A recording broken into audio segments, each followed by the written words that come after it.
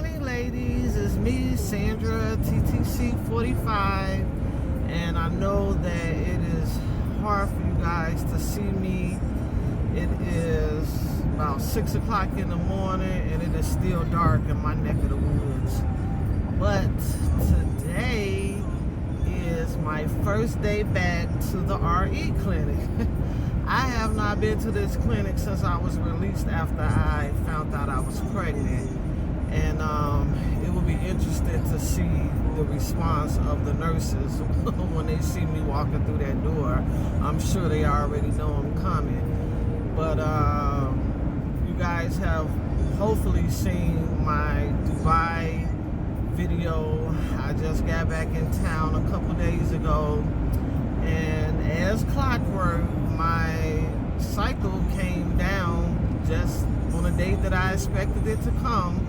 So today is going to be a follicular ultrasound and blood work, baseline blood work. And then I have to go back, I believe, Tuesday. I believe it's Tuesday I'm scheduled to go back to have a hysterosalpingogram. And the reason why I am having a hysterosalpingogram is because the doctor wants to see if there's any remnants of my placenta left behind, so that he can kind of target exactly where it's at, and he's going to do a hysteropic to remove it. He does not want to do a DNC. He doesn't want my OB to do a DNC because he's afraid that the DNC may compromise the implantation. You know, they may be scraping areas that really don't need to be scraped. And then, you know, it does take time for the uterus to heal after a DNC. And not to say that you cannot get pregnant after a DNC. You most definitely could get pregnant after having a DNC. The problem is when you are doing a timed pregnancy like I am. Let me kind of fix this. This looks like it's lopsided. When you're doing a timed pregnancy like I am, you don't want to do anything to compromise the chances. So I understand my RE when he wanted to do things his way instead of letting the OB do things his way. So I don't care which way is done, as long as whatever is done is not only helping me to get pregnant, but making sure I don't have cancer later on because of the remnants that may have been left behind. So that's why I am going to have the hysterosalpingogram next week. So I guess if everything goes well with the hysterosalpingogram, I would just go right into my transfer cycle, which will be next cycle in the month of October as planned. If he finds anything that he feels need to be addressed, I'm not sure if he's going to address it right there or if he's going to schedule me to come back and have it addressed at a later time. But he's most definitely going to address it per the conversation he and I had. So yeah, I'm excited. I'm back on this road, and you know, as like last time, I'm on an emotional roller coaster. I have up and down feelings about going through this process again because, you know, I'm older now. Last time I started the journey off at age 44, but I was very close to turning to age 45. So you basically can say I was 45, but this time I'm age 48. So that was 3 years ago. And now I'm a little bit more concerned, more so about my health than anything. My blood sugars, I can contain that. That's no problem to contain, but I don't know what it is about my blood pressure. My blood pressure has just been out of control. I've caught some low numbers. You know, I take my blood pressure periodically throughout the days, and I've caught some low numbers, but for the most part they're high. And I'm not sure why, because I'm back on the same medicine I was taking before I became pregnant. And before I became pregnant with Pebbles, my blood pressure never was out of control until I got about 30 weeks pregnant. I never had out of control blood pressure because I was always on medication that was containing it. For some reason, the medication is not containing it. I can't say it's what I'm eating because I don't eat anything that has salt in it. And I've decided to add some supplements to my diet that's supposed to help with blood pressure control, and it's still not working. So I'm not sure if this is purposely caused by what may be left in my uterus from my first pregnancy. That could be the reason why I can't get this blood pressure back up where it needs to be. I did read when I was doing the research on the PSN, they were stating that if you have, remnants of placenta left in your body, it's making your body think that you're still pregnant. And as a result, you can still be carrying preeclampsia. So that could be a reason why the blood pressure is still out of control. I don't know.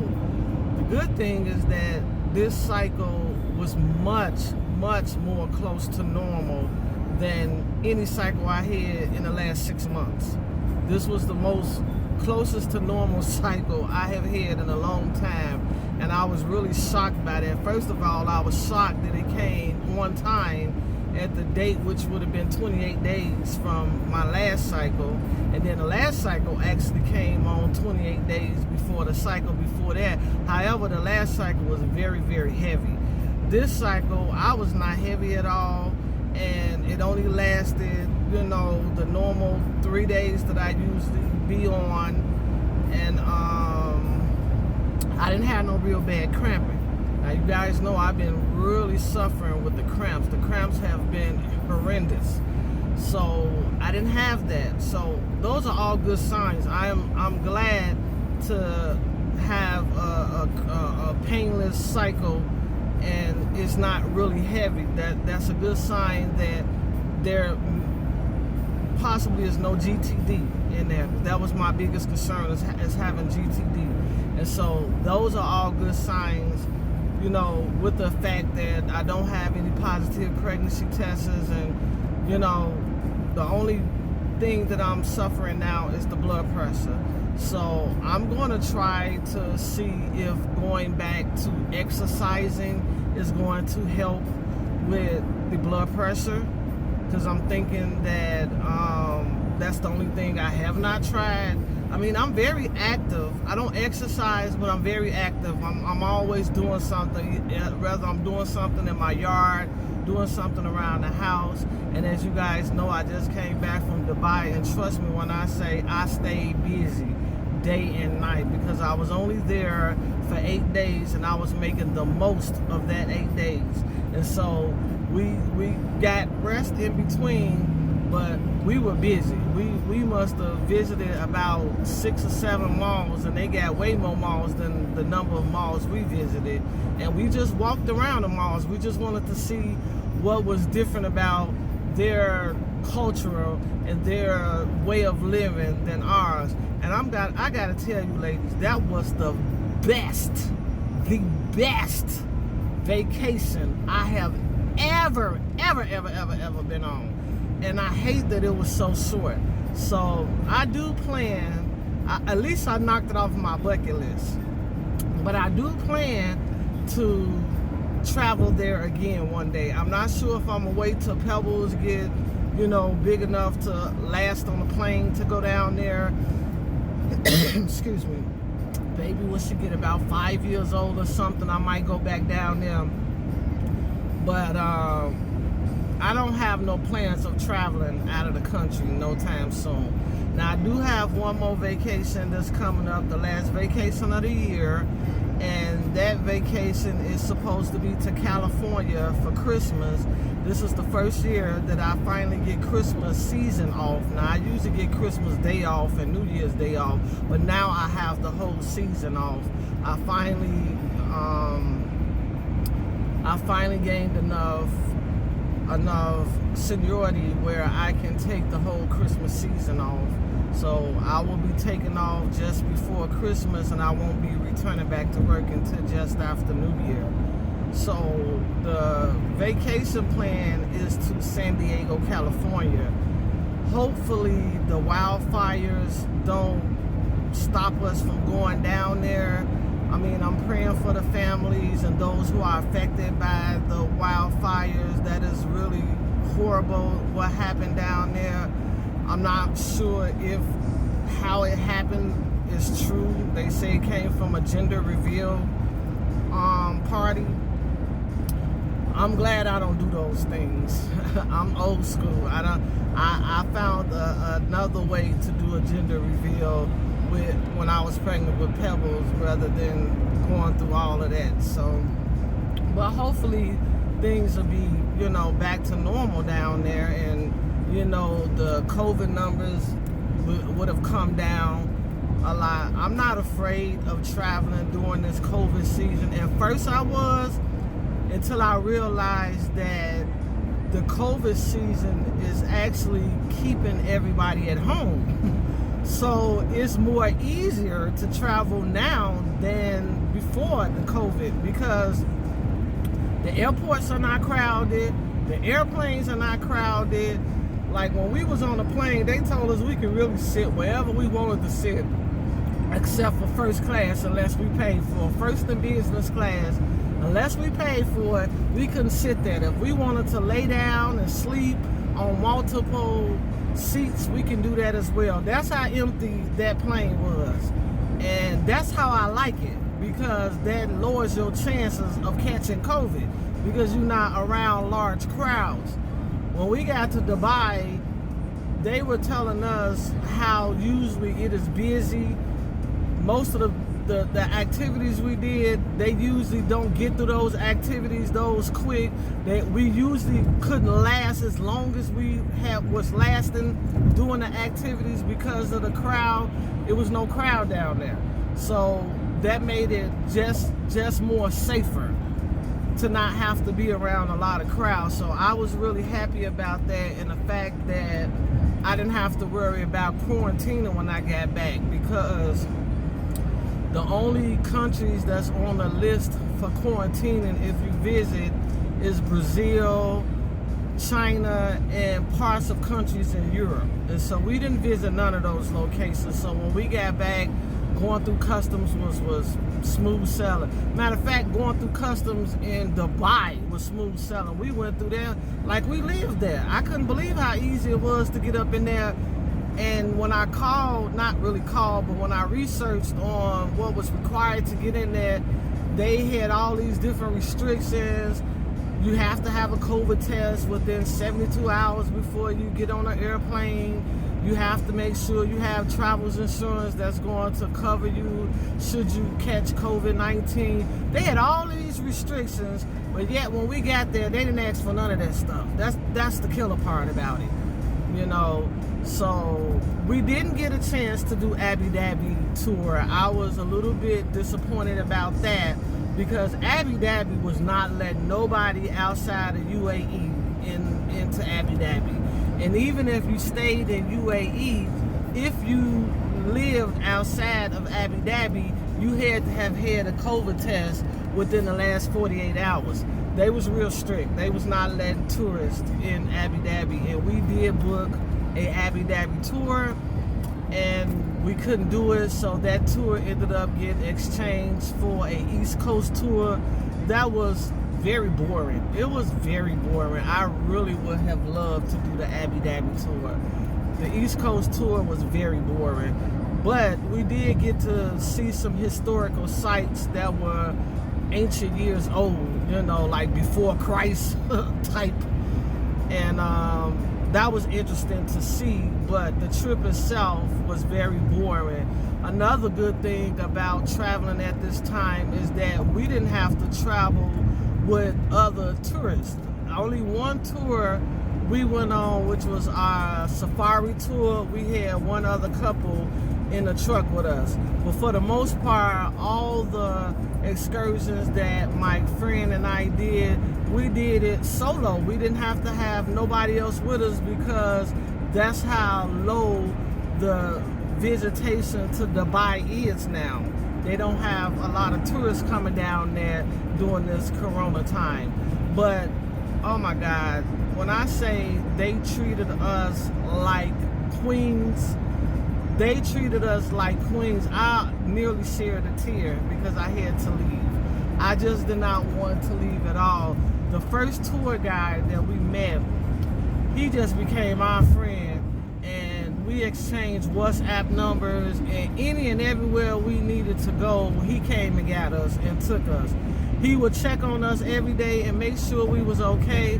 We got in a cab one day, and the cab driver could not get us back to the hotel. He didn't know what a hotel was. The hotel was literally only about 5-minute driving distance away from where he picked us up at. We was at the mall, and we walked to the mall, but we were so hurt from the walk. It took about 15 minutes to walk there, but me and her, being as crippled as we were, we didn't want to walk back. Plus, the weather down there is very hot. We wanted to take a cab back. We got in a cab that didn't even know what a hotel was. The hotel was just right around the corner. We so busy in our phone, we didn't realize he just started driving and driving. And I finally talked to him, looked at my friend. I'm like, where is he going?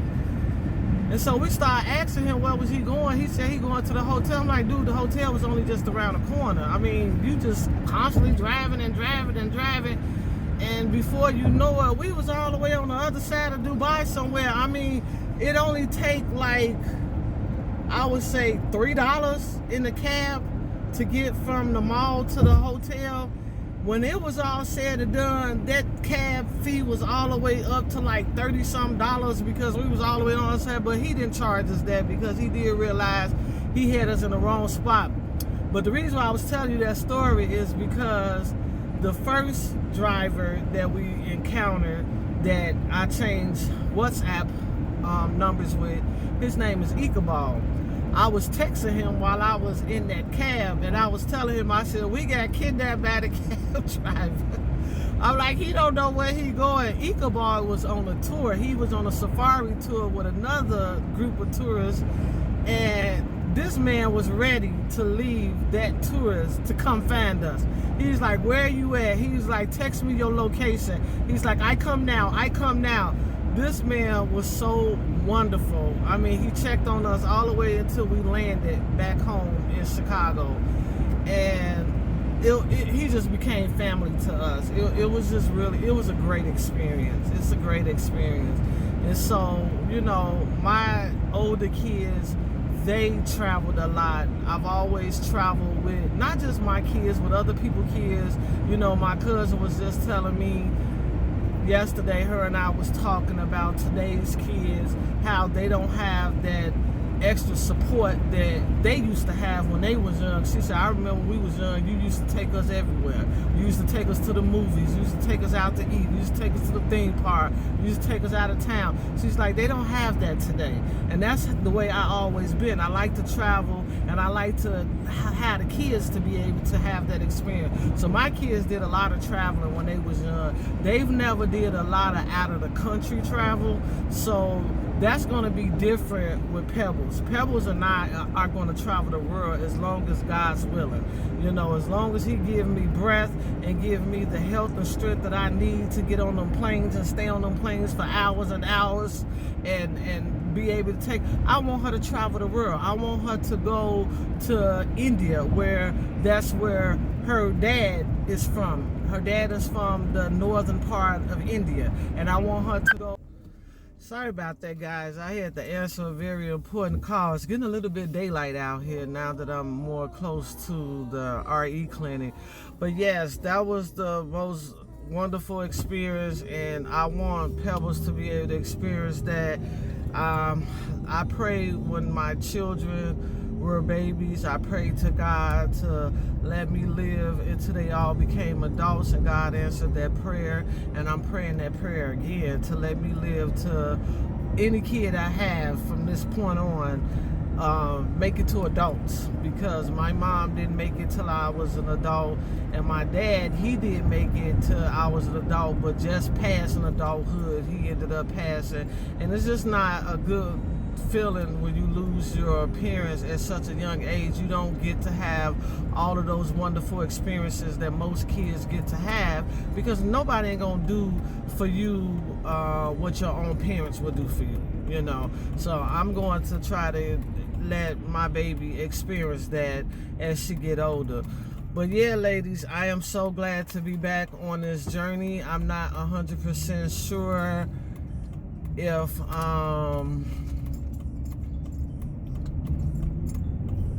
I'm not 100% sure if, you know, my cycle next month is going to be it, but I'm praying that that cycle is going to be it. I'm going to try to video a little while I'm in there, because I want you guys to see their impression when I walk through the door. Now, I'm not going to put them on video, but I'm going to, you know, put the conversation that I have with them and see how they react when they see me.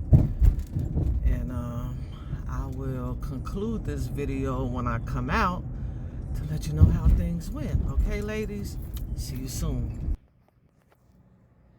Boy, it's been a long time since I did this. Got a date with Wanda this morning. I'm ready. All right. Okay, uterus looks good. Lefty's gone. Okay, I'll come back to you. He's always gone. All right. Righty looks fine.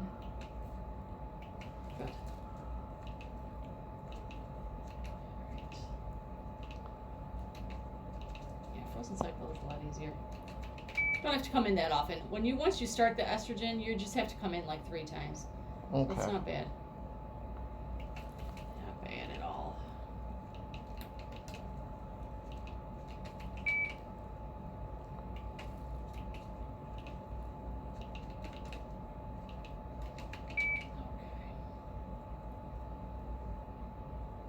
You know there's no leftover, right? I was going to say, it's not here. It's not where it should be, and it's not there. So No, there's no leftover. No wonder.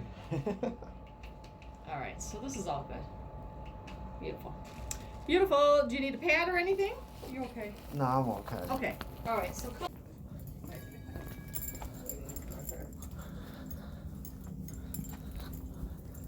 Hi. In the lab, okay? Yeah.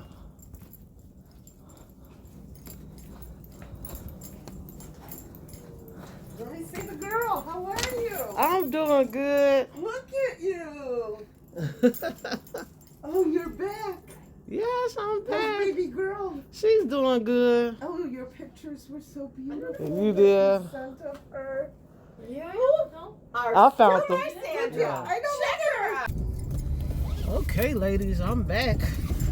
That was pretty quick. I guess with COVID, everything is pretty quick. They get you in and out. I was trying to video their response, because it's the same ultrasound lady and it's the same lady that takes my blood. Same 2 ladies. When the door first opened, because now you have to stay in the hallway until they come get you. They only let so many in at a time. And when the door first opened, I was breezing through my phone trying to find the baby pictures, because I knew they was going to want to see the baby pictures, because they had already told me. And I couldn't get back to the camera so I can video her reaction when she saw me. So I missed that. And then after the ultrasound and I went to do the blood work, I started recording. But of course, that's when they came and saw the pictures, so I had to stop recording so I could show them the pictures. But you know, it was okay.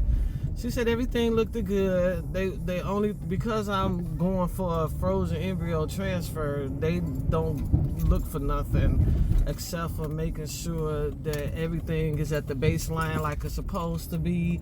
There's no overgrown follicles, no cysts, and everything is where it's supposed to be. But again, this is not my FET cycle. My FET cycle ain't till next month. I purposely wanted to have it done next month. So that means that if I do make my trip to California, everything goes well, I will probably be preggo on my last vacation.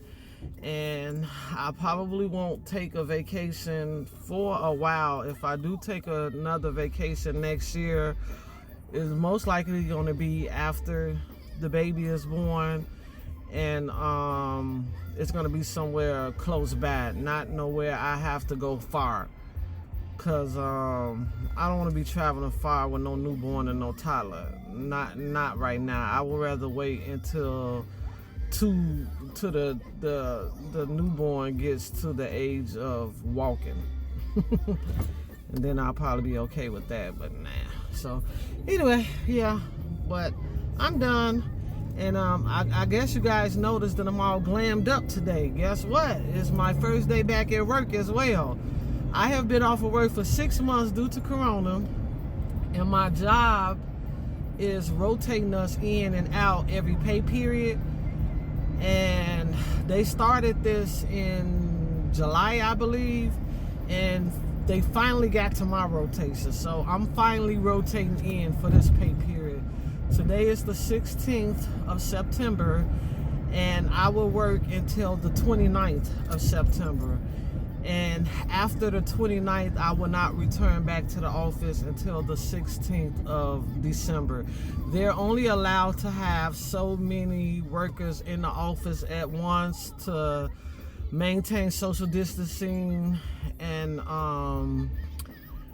you know, to avoid the spread of the virus. So they're only allowed to have so many people in the office at once. And because there's so many of us that work at that office, because we also share office with another agency, and there's so many of us that work at that office, it takes at least 3 months to rotate back in. So I will not, of course that can change. Things have been changing since this whole coronavirus started. But as of now, I'm only working 2 weeks, and I'll be going back in December.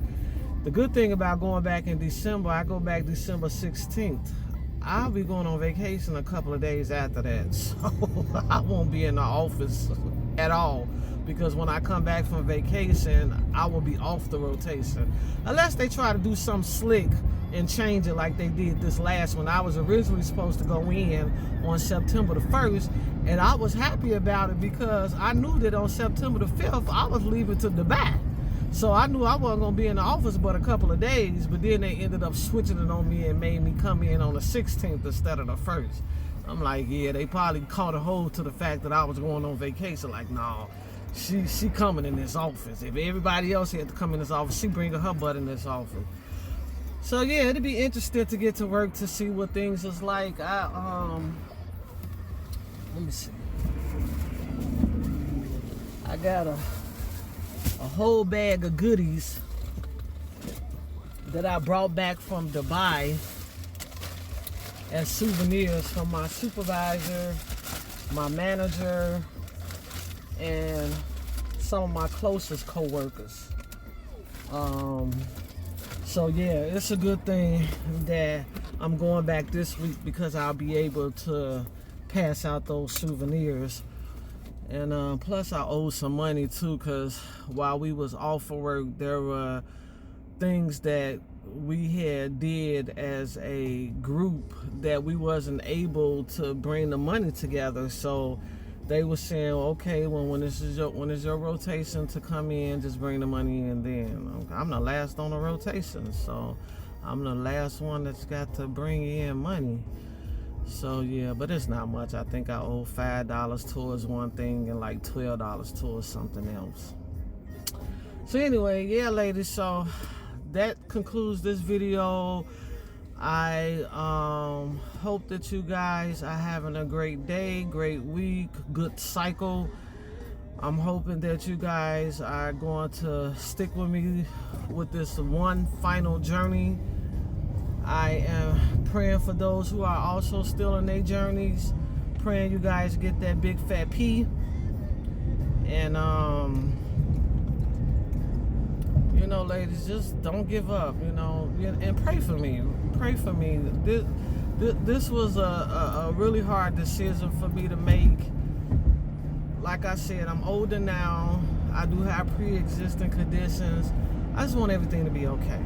You know, it was okay the last time, and I'm banking that it'll be okay this time, but that don't always be the case. So just keep me in your prayer, and I'll be keeping you guys updated. I'll send you guys an update on my hysterosalpingogram to let you know whether we had to move forward with a hysteropic surgery. Hopefully not, but if so, I'll be fine with it. Maybe that'll help bring this blood pressure down. And I'll talk to you later soon. Sticky baby does to you all.